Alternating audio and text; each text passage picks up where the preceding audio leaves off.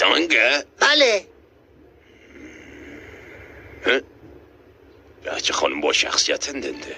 دختر تانگ دنده؟ من دخترش نیستم.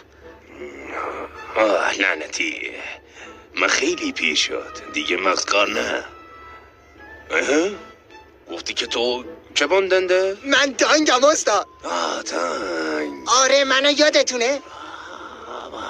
چقدر دختر با شخصیت دنده. دختر چند سال دنده؟ استاد چی میزنه؟ سوالتو بپرس. استاد میشه به هم بگین معنی این چیه؟ گم شو. گفتی اسم چی بودنده؟ شیفونگ. اسم زیباینده. خیلی برازنده تنده.